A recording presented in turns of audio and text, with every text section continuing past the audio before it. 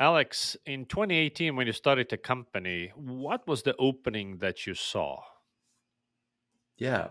So I started Postscript with two co-founders, Adam and Colin Turner, who are brothers.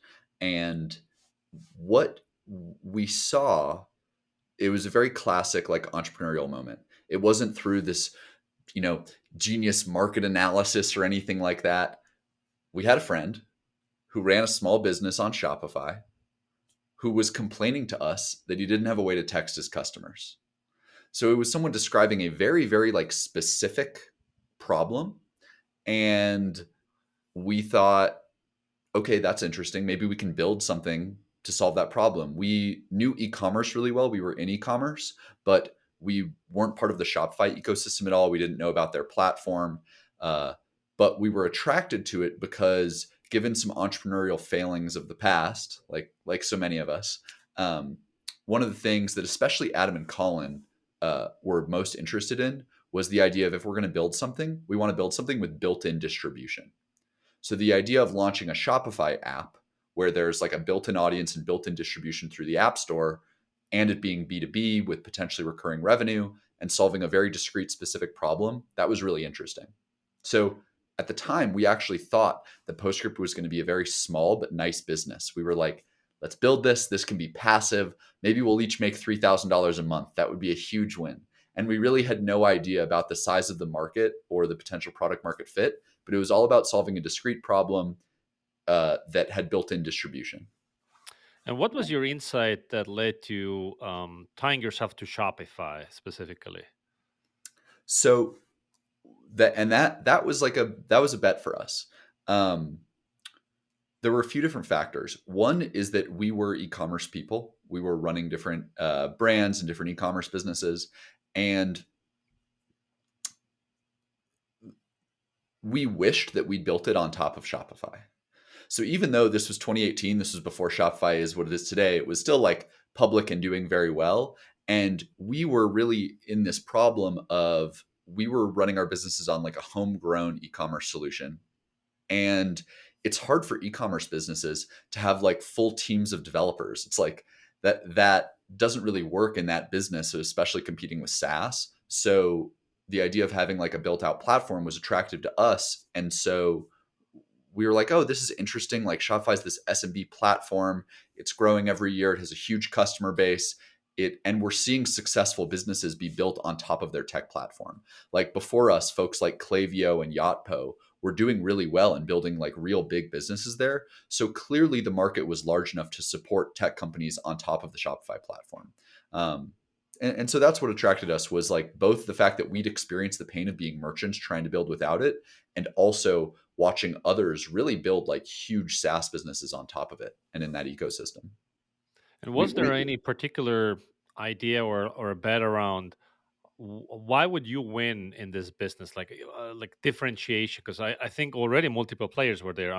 Attentive was there probably, and I mean, didn't Klaviyo already do SMS? And yeah. so So at the time, there was only one player on the App Store there was many little tiny apps. SMS Bump was there, which is now owned by Yotpo. But we didn't know what Attentive was, that they weren't really around. Klaviyo was focused on email at the time. And so we came out and we wanted to build Klaviyo for SMS. They were like the dominant email platform, and they'd really built a tool focused specifically on like D2C e-commerce on the Shopify ecosystem. And we were going to do that with SMS. That was our inspiration. Uh, and we thought like, this is probably viable just given the fact that folks are doing it in email. And also we had this e-commerce experience where we knew that every single year mobile traffic was going up as a percentage of overall shopping traffic. And at the same time, email engagement rates were plateauing. So we thought to ourselves, okay, mobile traffic's going up, email engagement has plateaued, at least in some of the e-commerce businesses we were involved in. Like, maybe SMS is the future remarketing channel for mobile. And so those trends combined with like how fast Shopify was growing, and that was the opportunity we saw. And at the time there was one other player, like I said, SMS Bump, but who, I'm friends with their founder, and I like their team. But we felt like there was room to build a tool that was like much more advanced and polished and structured at the time. And like the two So, of us pushed each other for a while, which was really good and competitive. so 1 year later, you had 14 employees, according to an article I found. And so, going from 0 to 14 people, that means that you found initial success relatively easily, or Yeah, we were very lucky in this sense. Before we launched, someone came and paid us $50 a month to use the tool. Someone just came and signed up before we even launched on the App Store publicly, and that was exciting. And we'd really only been working on it for a couple of months when we launched on the App Store, and the first day was quiet. But the next day, someone came and installed us and paid us money to use the app. And uh, it started very small, of course, but in our first month, I think we ended the month at $200 in recurring revenue, and the next month was $2,000 in recurring revenue, and the next month was 4,000. And during that time, uh, I got very excited and went to the co-founders, and all of us had applied to Y Combinator previously and been rejected. And so I said, "Hey guys, like we should apply again. We're onto something." And so we filled out a quick application. We were a day late. We applied past the deadline to YC, but I kept going in and updating our application with our new revenue numbers because they were going up every single week. And so we found fit pretty quickly. And even before we started YC, after our first Black Friday, our first November, which was 3 or 4 months after we launched, we ended November at like $18,000 in MRR.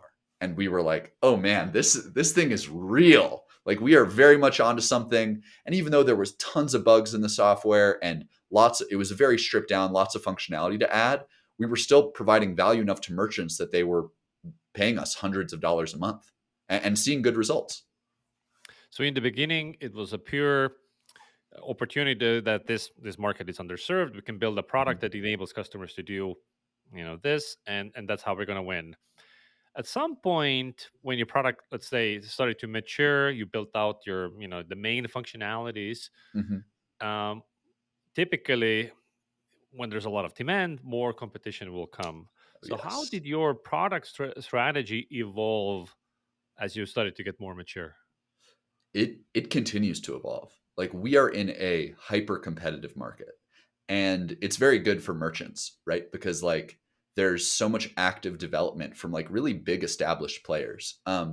What's happening if you take a step back is that this is a new marketing channel opening up, and that probably happens once a decade, right? I think that like email was late 90s, Facebook was 2000s, Instagram was 2010s, maybe, TikTok's going on now. I'm generalizing, of course, that were like other big channels in there, but it's not so often that like a huge marketing channel opens up.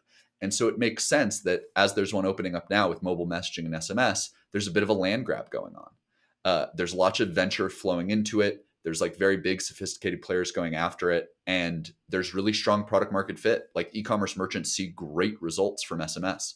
So we have had to be extremely aggressive to stay ahead of the competition we face, right? Folks like Attentive, folks like Klaviyo, very well capitalized players and established players within e-commerce. And so we have focused has been one tenet of our product strategy that has stayed true.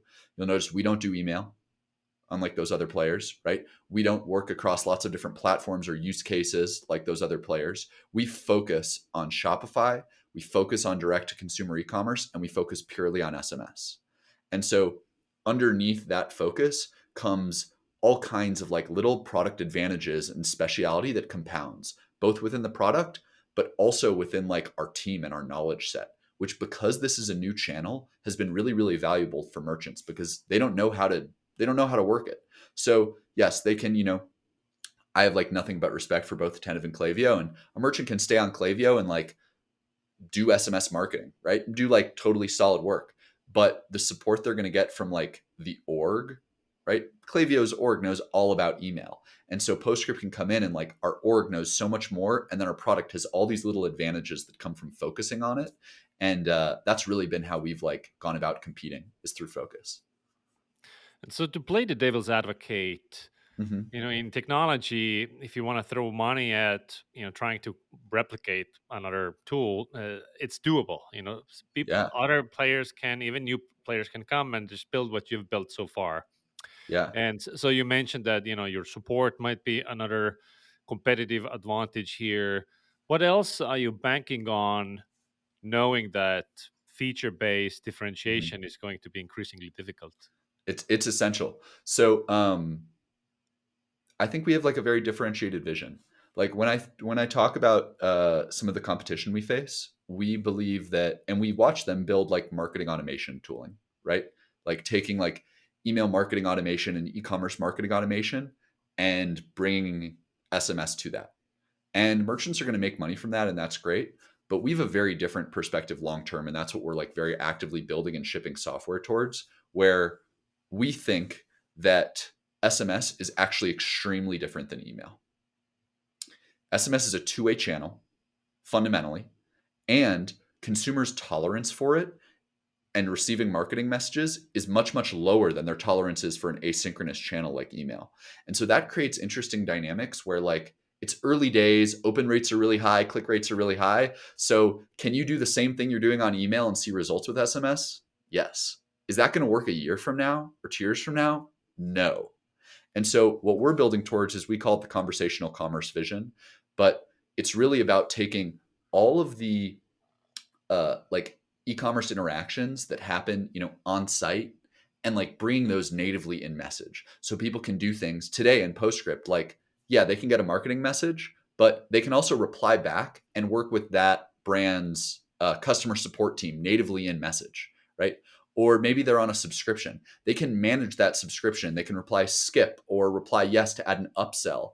And we will like interconnect with their subscription management software and we'll manage that order for them. And so we're trying to build this conversational commerce vision that is actually like very different than standard one-to-many marketing automation.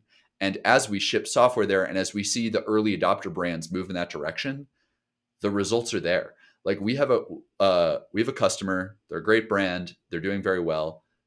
SMS generated more for them through Black Friday, Cyber Monday weeks than email did. And their SMS list is about 1/10 the size of their email list. So we think by just like continue to focus on innovating with how consumers use the channel and giving brands tools to make it more personalized, more two-way over time, that's like how we're going to deviate. You mentioned conversational commerce, and I'm familiar with the term Mhm. thanks to Drift. So, Yeah. are you kind of attaching yourself to the same overall narrative? So we have some Drift veterans in Postscript, so I know it well. Uh, so they really did an amazing job establishing conversational marketing, right? Which I view as like a meta thing. It applies in B2B, it applies broadly. We are championing and focusing intently on conversational commerce. So I think it is slightly different. Like some of the tenets are the same, interacting with your customers conversationally, yes. However, we believe e-commerce is unique.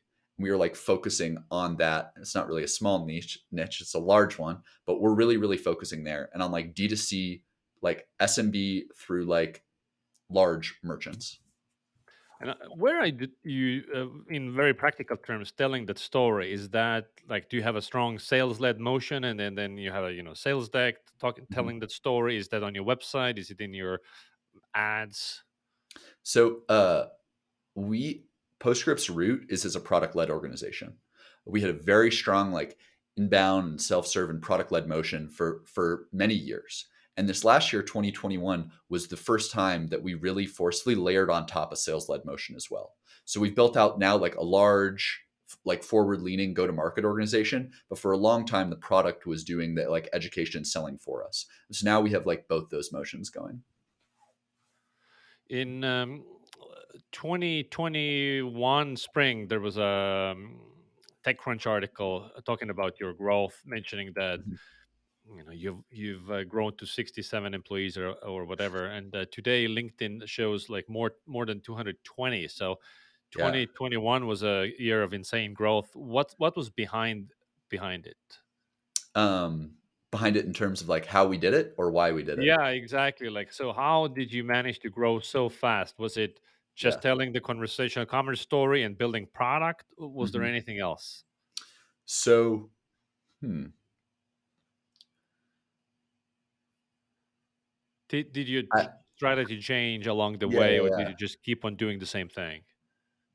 We got better, but I think I could come on here and claim one thing or the other, but I think it all comes down to like very, very strong product market fit.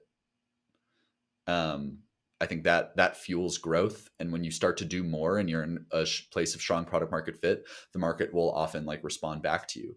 So there are, of course, like tenets of how we operate that we've stayed true to. One of our values is being customer first. We obsess over it. And like back when we started, me or Colin or Adam would wake up in the middle of the night if someone like chatted in to support needing help. And that same like attitude is still true today. We bend over backwards in support. Um, and like that has actually led to a huge amount of like word of mouth growth for us. Our customers evangelize Postscript between the results and the support they get. So like there are some like tenets of our growth that are there. Layering on our sales led motion this year was very successful. That like kicked off a whole new like wave of growth for us. But in terms of how we did it with headcount and like how we sort of got away with it, this year was a year of both like makeup hiring looking back and leaning into growth hiring looking forward. I think we were understaffed going into this year versus the size of our business. And uh, there's like two main things that I point to that of how we like made this hiring happened and did it in a way that like the organization still feels cohesive and feels good.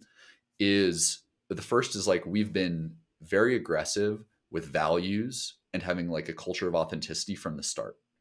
We interview people for their fit with our values, and we will pass on a great functional hire who doesn't fit with the values of our organization. And that has stayed true this year, and that's helped everything kind of stay on the rails despite the rapid headcount growth.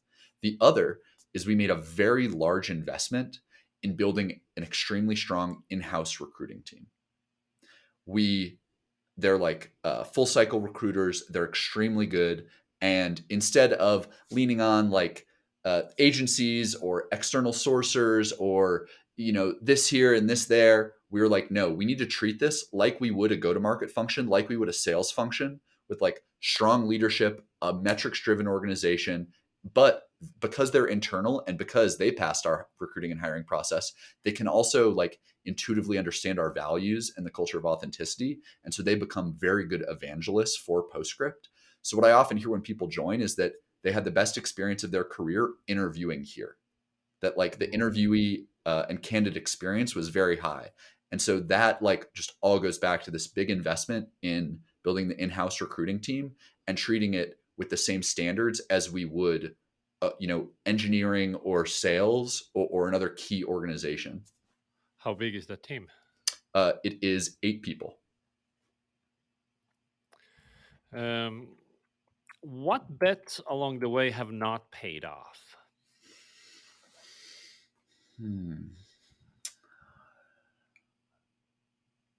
What bets have not paid off? Or all the big bets have paid Yeah. off? Yeah. No, I mean, we've certainly messed up all the time. Uh, we mess up constantly. Um, some that are coming to mind, I don't know if these are huge, but we swung and missed on a bunch of senior level recruiting early on, which like set us back or really slowed us down. Um, we also made some investments early in like marketing and acquisition plays before our org was ready to do them correctly. Like we were making investments and appearances in events early on. E-commerce has a giant established event circuit. Merchants attend these events. It's like a promising, interesting acquisition channel. But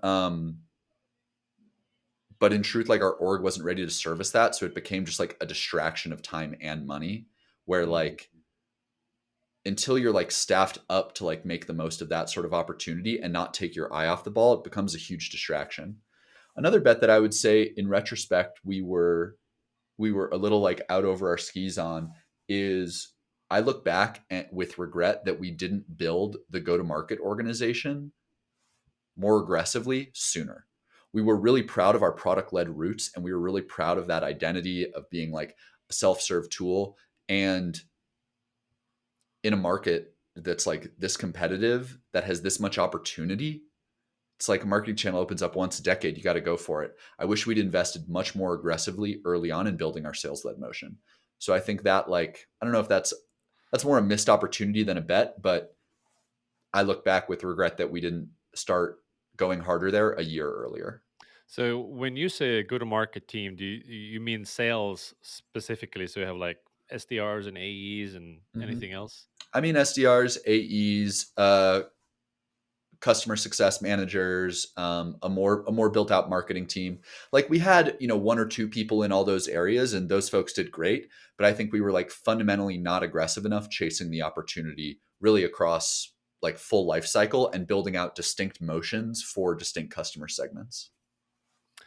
I've heard stats like if SDRs are selling into SaaS, hmm so your average SDR has to make something like 600 to 900 dials to get a one Sure. connection, and like it's the numbers are really abysmal, and they only work if your LTV is just very high, or the cash Yeah. multiplier. So what are the metrics on your end? Uh, I don't know the like call to meeting metric off the top of my head, or the email to meeting metric. I don't think ours are that high, though e-commerce merchants are being reached out to by a lot of technology. Though we do have a like healthy business dynamic, especially around like NDR and expansion revenue, where accounts come in, maybe they've never used SMS, maybe they have used it before, um, but only on a small scale. And that means they're going to start at a certain price point, but very quickly as their like marketing list grows and as they lean into the channel more, their SMS spend is going to expand. So we're usage based SaaS because uh, we charge based on how much people use the product, not a flat fee, because that's how SMS messaging and the economics of it work. But what that means is that uh, where we're different from more traditional like seat based SaaS is we have extremely high NDR and expansion revenues. So that can help fund some of the acquisition costs that you're describing. When we're talking about the strategy of choosing your customer, you Mhm. started out by, hey, you want to send SMS, we're Yeah. here. I'm guessing that has become more sophisticated as you go, and as with more different competitors going for entering the market, hmm there's kind of like they're pushing each other to go after a different segment in the Definitely. market. So what segment are you going after, and how is that different from other players? Yeah. You hit the nail on the head. It started in one place and it slowly evolved. Where at first we were like, anyone, come, whatever, install us, use us. And this is like classic startup advice, and it rings so true. This is another thing I look back and I wish we'd narrowed down our ICP earlier, like our ideal customer profile. I wish we'd just focused it. Even if that sometimes means doing the painful thing of turning down a customer you're not ready for, right? I think we could have like been better at that early on. Um, so how it's changed over time for us is, in some ways our ICP like naturally mirrors Shopify. That is still the only platform we work on. So any merchant on Shopify can install and use Postscript, whether they're, gigantic Fashion Nova or where they're a tiny little mom and pop store just getting started or anything in between. But that wasn't really our ICP. That was who could technically use us. And so I would say that earlier on, really like before our product was nearly advanced as it is, maybe our first year, and before our teams were in place, which was like the last year, uh, we were a better fit for SMB to mid market e commerce merchants, right? And what's changed in the last 2 years is folks that run their business on Shopify Plus have really become our ICP, where like they're the sweet spot of they have the like funds and business size to be interested in like not only using our full platform, but deploying maybe a person to become the SMS marketing manager on their team or to be partnering with like our customer success org on strategy. So over time, we continue to have a very, very healthy self-serve business. However, we're less focused on it and we're more focused on like the Shopify Plus segment where they're going to see just a lot of value out of using Postscript. You guys probably, intend to be around 5 to 10 years from now as well. Yeah. The competition is not getting any easier. So, how are you thinking about moats, and are you building any? hmm Yeah. We are thinking about Moats. Uh, this is some product stuff that I like can't share because I don't want the market to watch this video and then start building the same stuff. However, there are interesting opportunities within messaging um, to become more integrated into merchant stacks and to power engagement across the full life cycle that we believe will present mode opportunities. However, I take all that with a grain of salt because this is marketing automation. And in like marketing automation, there often like aren't giant moats. You have to compete every day. You have to like have a great product. You have to make it really sticky and you have to have a great team who like executes against goals. So we're placing bets, but we're not expecting any silver bullets. And what are you betting on to get to your next milestone? Is that integration, or is there another thing on top? There is some things on tops which we haven't released or talked about to the market yet, so I can't say. But it's a mix of like product innovation, chasing the conversational commerce vision that I mentioned, um, along with several different like data science plays that are like beginning to show interesting fruit with the customers who are betaing it.